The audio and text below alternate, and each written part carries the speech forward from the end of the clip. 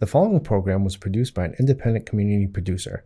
The opinions expressed do not necessarily reflect those of the ECAT staff or board of directors. Good morning, good afternoon, good evening, good night. It's the Ron Van Dam Show.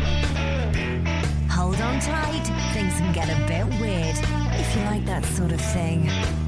Hey, welcome to the program. It is what the guy said it is. It is the Ron Van Dam Show. It's part of my name. The middle part, Ron Van Dam, is my name. It's surrounded by the on one side and show on the other, but that's a different show. That's confusing, isn't it? Anyway, hi, welcome to the program. Thanks for being here. I come into the studio once a week to do the visual version of what I do on the radio every weekday, and that's why I'm here. Does it make any sense to do a radio show and monologue sitting in front of a camera and doing nothing but moving your lips? Otherwise, there's really no point to it. No, it doesn't make any sense. But nonetheless, if you give me a carrot, I'll eat it as long as the carrot is fresh and good. So far, it's fresh and good. I've wasted about a minute of your time already, so let's make it 30 minutes. Why not?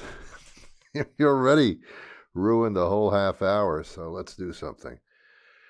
When I walked into the studio today, I said to myself, I have no idea what I'm going to talk about for half an hour on this particular program today. I had no concept whatsoever. I usually don't. I usually have no idea what I'm going to talk about. I'm kind of like, like a priest who's unprepared.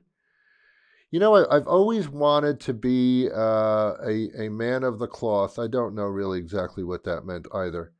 I wanted to have a pulpit, and I like the idea of a religious congregation sitting in front of you because they have to show up no matter how good you are. It's like, we're going to church today. But I don't like the reverend. Yeah, but we gotta go. It's part of the deal. Yeah, but he's not. He doesn't say anything that makes sense. Hey, he's kind of like that Van Dam on that show on that television thing. But I always wanted to do that. I mean, not that there would be any religious connection to what I've be talking about, but I would always love to stand in front of a pulpit where people basically don't leave. They just don't. I want to do a stand-up comedy routine on an airplane on a long flight from Boston to Los Angeles. They can't leave. Where are they going to go? I love that kind of audience. I love them. The funny thing about doing stand-up, I did stand-up for about 6 years, so long ago that most of you probably weren't born yet. Well, not all of you. Some of you weren't born. And I did stand up in the Boston area, and I did a little bit in New York previous to that, but not much. Most of it was in this Boston area thing. And I would stand up and do the routine. Now I want to do sit-down comedy, and that's what I'm doing. I'm sitting down. I'm doing the same thing, but I'm sitting down. Standing up is a whole different kind of routine. Sitting down, So I did stand-up comedy around here, and the only interesting thing about that was that when I walked onto the stage or platform, whatever it was, I would walk out and people would applaud, and I hadn't done anything yet. And I thought, that is really the opposite of what's normal. Because technically, I'd be walking out on stage, they'd applaud, yay, and now here's Ron Van Dam. Oh, yay, yay. And they'd applaud and hoot and howl. I hadn't done anything. All I did was walk out on the stage. Anybody can do that. Maybe I walked out on the stage really well. Maybe I did that really well. Hey, look at that guy. I don't know what he does, but look at him walk on a stage. Look at him walk out on a stage. He's fantastic at doing that. The way he puts one foot in front of the other and walks up to that. Whoa, he's good at that. And then I'd start doing my bit, and on a bad night, they would laugh just mildly, and so it was the opposite. It's like when I walked out, I wasn't doing anything. And then when I started doing it, then it wasn't worth walking out for. It should be the other way around. Now, here's Ron Van Dam. Well, let's not applaud. Let's just see how good he is. Don't give him applause. He hasn't done anything. And then I would do a few things for my, the bit, and then they would go, oh, okay. That's the way it should be. You don't give all the applause first, and then I do the thing, and they go, oh, we shouldn't have applauded when he walked out. That was a mistake. Oh, my God, what did we do? So some nights the stand-up comedy was rewarding. It was like, oh, wow, that's like really nice. Other nights it was, I can't live any longer like this. It's a very interesting thing. Some of my friends, the comedy writer and announcer on my radio show, John Shanahan, he used to do stand-up as well. It takes a certain kind of person, I won't say with balls because that's kind of not right to say publicly, but with guts.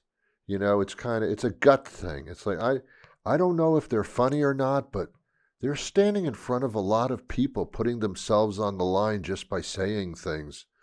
That's a lot.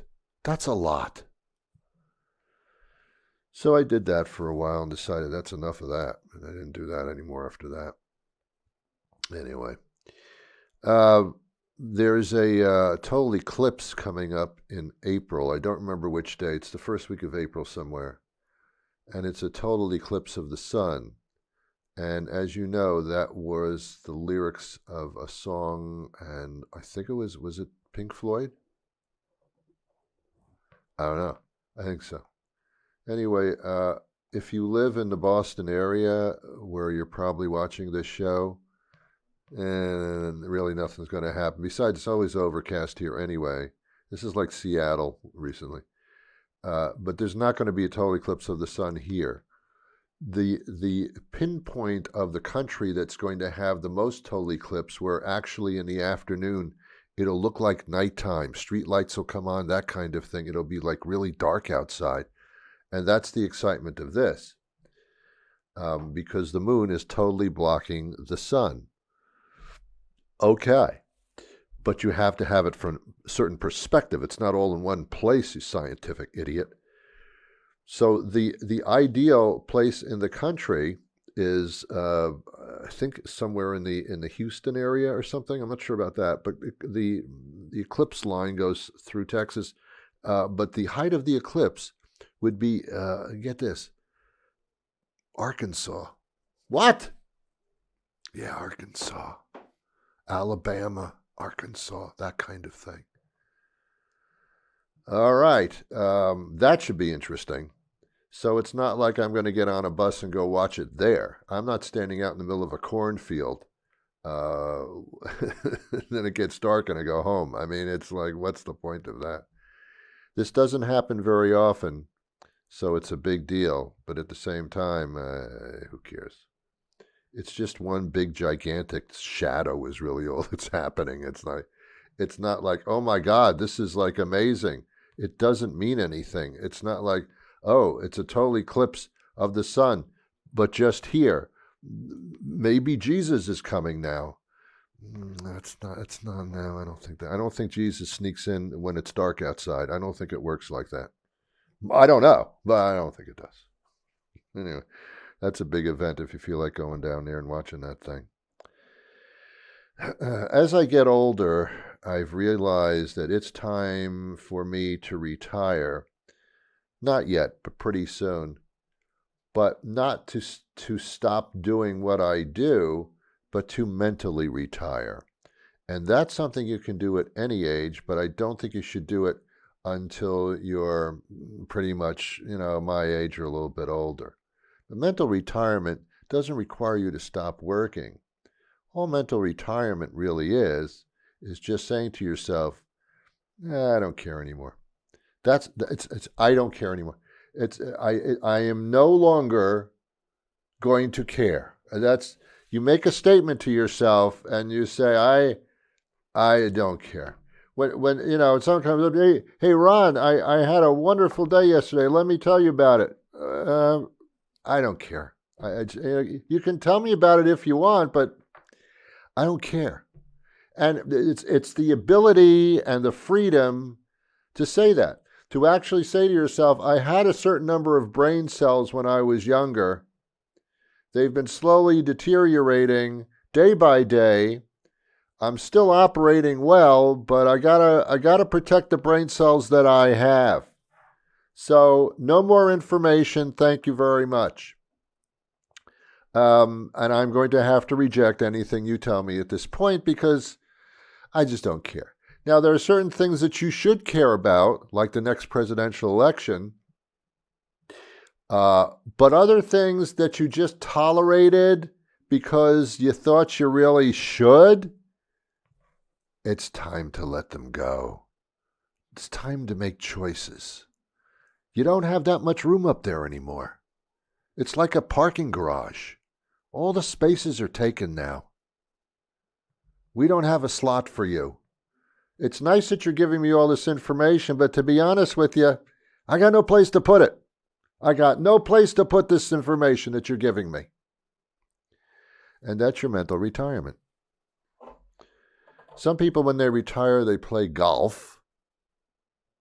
You know, they walk around in pastel-colored clothing that doesn't match. They wear stripes and plaids at the same time, and one's pink and one's banana colored. It's like really like, I don't know, when you retire, all of a sudden you lose all sense of wardrobe. You just you wear your pants up to your tits. What do they call that on men? Breasts? What do they call that stuff? You wear your pants up to here. And it wasn't up to there before, but now it is. And that's the way you dress all of a sudden. Some people actually wear suspenders. Okay. I mean, what are we admitting when we start wearing suspenders? I can't keep my pants up anymore. That's nothing. That's nothing to tell other people. It's not their business, and it doesn't look right. So, yeah, this is what happens. Men, they start dressing in these pastel colors, and it's like, it's mental retirement. It's like, I don't care what I look. I have spent all of my life wearing three-piece suits. And by the way, people don't wear three-piece suits anymore. Just two. Three is like overkill. Spent all of my life wearing a suit and tie and dressing up and looking good for the man. And now I'm going into mental retirement. I'm going to dress the opposite. I'm going to dress as if I don't know what the hell I'm doing here, because I just don't care anymore. And if somebody looks at me and stares at me like, look, why is that guy wearing pink striped pants? Is he a clown? You say, I don't care. I don't care. I don't care anymore. I just don't care. It's like, when you play golf. It should be a large form of entertainment and exercise. You hit the ball with the stick, the club, I think they call it. And then you're supposed to walk to it and then hit it and walk more. And you get a lot of walking because it's a big area. You're walking acres and acres there and you're just hitting a stick and a ball. Should be great exercise. Is it? No, because these people are in mental retirement. So they hit the ball with the club. And instead of walking to the ball where they hit it to, they get in their little golf cart, their little motorized motorcycle thing, and they drive to the ball. Could you be lazier if you tried? Well, yes, I could. I could dress like I don't care. You do that too. Golf is funny. I remember when I was younger, I played golf with John Shanahan, the person I just mentioned, the comedy writer from my radio show and announcer.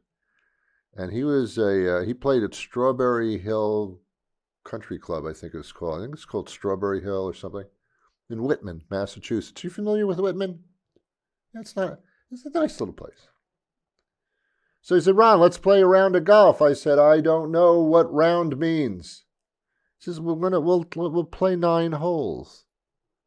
Still don't understand. Fine. And he said, bring your clubs. And I didn't have clubs. All I had a putter, a 9-iron, and a driver. And I didn't even know if the driver would be necessary because I would drive myself there. So basically, all I had in my hands were the 9-iron and the putter. And with those two things, I should be able to play a small 9-hole golf course. I had no golf bag, so what I did, I'm very embarrassed about this, by the way. Thinking back on it, this was very embarrassing. I didn't have a golf bag. So what I did was I took the cover to a large umbrella. You know, they have these little things you put on top, you know, the cover of that thing. And I put the golf clubs in there. They didn't fit completely, but the club part was, you know, in the little nylon umbrella bag. I looked so stupid. And then I put on what I thought were golf clothes, which were sneakers, rundown jeans, and a T-shirt. And that was it, man. I thought, okay, that should work. And I grabbed my little umbrella cover with the 2 clubs in it, threw a couple of balls in my pocket, which people thought I always had done. Put in some extra balls, let's say. And I went to this golf club place, and I met John in the parking lot, and John was dressed as if he played golf. Tastefully, he had a bag with clubs in it, and I show up with my umbrella cover with 2 clubs in it and a couple of balls. And he looked at me and he said, "Are you kidding me? They're not going to let you in like that." And I said, "Well, let's walk in quickly then so nobody sees us." And we did. And we started playing golf. A lot of people were staring at me, and I didn't know why. I thought, oh, maybe these people know me from the radio show and the television show. So, oh, okay. But I don't think that's why they were staring at me. So we started playing golf, and I wasn't too bad, although I heard the phrase, "you can just play through." We said that a lot to the other players. And we played, and we went into the little lake and the pond and got our feet wet getting the balls and that kind of thing. And we had a great time. But it was a club because I felt totally out of place. I felt like this is a club of people, and I am an outsider. I'm dressing like one. I have clubs like one. I'm playing like one. I am one. I'm an outsider. We got to, I believe it was the 4th hole, the 4th tee, about 6 hours later, and there was a little contraption on the side. There was a wooden stake coming out of the ground, and there was like a little silver cup that was drilled onto this wooden stake coming out of the ground, and then there was a sign on the top of it that said, "Wash your balls here." And I guess where I went wrong was when I dropped my pants, and John said, no, that's not what that means. I said, oh, okay. I'm sorry. And that's why I didn't do stand-up comedy anymore. That was enough. That was my golf experience. I don't think I've played golf since. And when I do retire completely, I don't think I'm going to do that. It's probably a lot more expensive than back then when I did this, which is a good 15 years ago, at least, which is amazing because I'm only 16 years old. But I am now in mental retirement. I feel at my age that I don't need to put up with anything anymore. There are certain things I have to do to survive and all that. I have to make money a little bit, and I have to put up with the absurdities of life. Total absurdities of life. If I had arrived here just now from another planet, and I landed here and watched what was going on, especially in this country, I would probably say, get me back on the ship, let's get the hell out of here. If I were a visiting alien from another planet, not from Mexico, but from another planet, and I landed here, I would go back to my planet and I would tell everybody, Ron, Ron, how was your vacation on Earth? Oh my God. Oh my God. Don't go there. It is not a good place to be. It is a society of people that are only out to destroy themselves. They hate each other, and they're trying to kill each other and make the other one look bad so that they all look bad. They're a bunch of idiots. You kidding me? The planet Earth, that beautiful planet? Well, it ain't so beautiful anymore. They're knocking down all the trees and all. They had trees. Yeah, they had them, but they're knocking them down and they're putting up these structures that don't do anything. And the people are walking around like in a daze, like they're in a cult or something. They don't even know what's up and what's down. They have no idea what's real and what isn't. They have no idea what's true and what's false. They're a bunch of idiots. They fall for that? Oh, big time. Not only do they fall for that kind of crap, they live and breathe it. Are you kidding me? No, don't go to that planet. You'll never get out. Oh, man, they're crazy down there. And they eat the strangest food. Really? They got these places with golden arches. Looks like that, what we saw in the brochure, looks like St. Louis, but it's not. They're all over the place. Wow, what do? They dispense food. And when people eat the food, they end up sitting on the toilet for hours. Why do they eat that? I don't know. That's the point. They're crazy. Wow. But isn't it a beautiful planet? It sure looks like it from here. Well, yeah. But then when you get a little bit closer, when you break the atmosphere, you see all these people fighting each other and dropping bombs on each other. They watch people like starving and they persecute them and they do. What are they doing that for? I don't know. I just don't know. Don't go there. Besides, the room tax on the hotels are ridiculous. Okay, I'm not going there. Don't! Go to another planet. What other planets do they have in that solar system? That's the point. They don't have any others. They're destroying the one that they're on with no options to get off of it. Well, they are idiotic, aren't they? Yes, they are.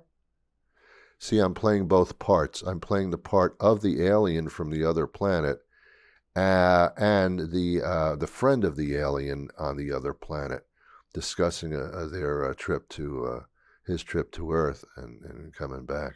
I played both parts. I hope you were able to detect that. Yeah. And I did it all sitting down because I'm in mental retirement. Okay, fine, whatever. My favorite word, whatever. You have to say it like you're like from California, from the valley, because it gives that extra little twist to it that makes it real. Hey, Ron, you want to go have lunch? Oh, whatever. So, I mean, what does that mean? You want to go or not? Whatever. So, yeah, whatever. You don't want to go? Fine, I won't go either. Whatever. Well, that's annoying. Whatever. It's the only word I really need to say anymore. You know, Ron, you want to go play golf? Whatever. You're going to wear your jeans and t-shirt? Whatever. I love it.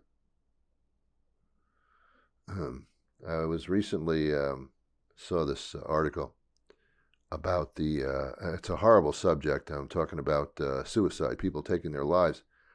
Some occupations do so much more than other occupations, and I found that fascinating.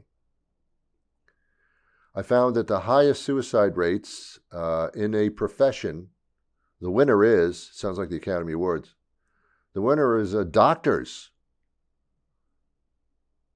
in the medical field, family physicians, OBGYN, OTOLOP. Why don't they just stop at OBGYN? Why Why don't they spell the rest of the word out? I mean, as long as we're spelling things, let's go for the whole word. Yeah. Psychiatrists, they have a high suicide rate. That makes sense. When you're in healthcare and you're dealing with people that are not dealable sometimes, that can be rather frustrating and give you a low opinion of the human race, such as I have exhibited here recently. Yeah, those are the highest. Also, people in construction for some reason. I don't know why that would be. The high suicide rate. Farming and fishing. People in the repair business. I don't understand why that would cause you some type of mental angst. I don't get that. Arts and entertainment, sports, and the media. And I think the reason for that is because you have to be knowledgeable of everything going on in the world in order to do arts and entertainment. Sports, you have to know all the statistics, and you get really into it, and then you get sad, and you get very critical, and the media presents it all. So I get that too. Farming and fishing? What? That's high suicide rate? What could be more relaxing than fishing? Unless you're, in the ocean. That can be kind of challenging. I can't see sitting in a boat with a fishing line going, you know what, I'm going to kill myself. I just, if I don't catch one more fish, I swear. Farmers? I thought you were communing with nature and you had a wonderful life of living off of the earth. What would make you depressed doing that? Is it the corn? I don't get it. What's the problem there? I mean, I'm not being totally serious, otherwise that would be ridiculous. Here's the highest suicide rate by a country. You ready? No, it's not here. No, it's not here. It's not on your street. Highest suicide rate by country? Lithuania. Okay, I don't know why that would be. Korea, also a high suicide rate. Which one? Which Korea we talking about here? The lowest suicide rate, which is where we should all want to live, would be Australia. I don't know about that either. And Sweden. Oh, my voice went up. And Sweden. And Sweden. Very low. They have the lowest suicide rate, Sweden. I guess they're so laid back that they don't. I think they have mental retirement, all of them. They've retired mentally. I'm not going to get concerned or get crazy or about anything. I'm going to remain calm and laid back, and that's what they are in Sweden. That's, are you Swedish? Yeah, fine. Thank you. Whatever. Yeah, I'm going into mental retirement. I am training my brain to take it down a notch. And if someone tells me their baggage and their problems, such as they would to a psychologist or a psychiatrist, I would just sit back and say, look, there are other people that can handle that kind of thing right now. I'm not available to listen to you about that because I'm in mental retirement. And if you tell me your problems, I will answer in one way or another. Either I will go, to make it sound like I'm listening, but I'm just saying, I'm not listening at all. I'm in my brain. I'm taking a bath with candles and soft music. I'm not listening to you.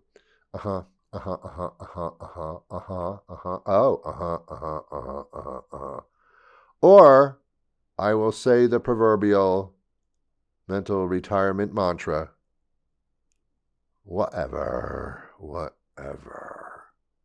I'm out of time for today. I'll be back next week with a brand new episode. Until then, listen to me on my weekday podcast and syndicated radio. You can Google The Ron Van Dam Show or go to newenglandbroadcasting.com. I wish you peace.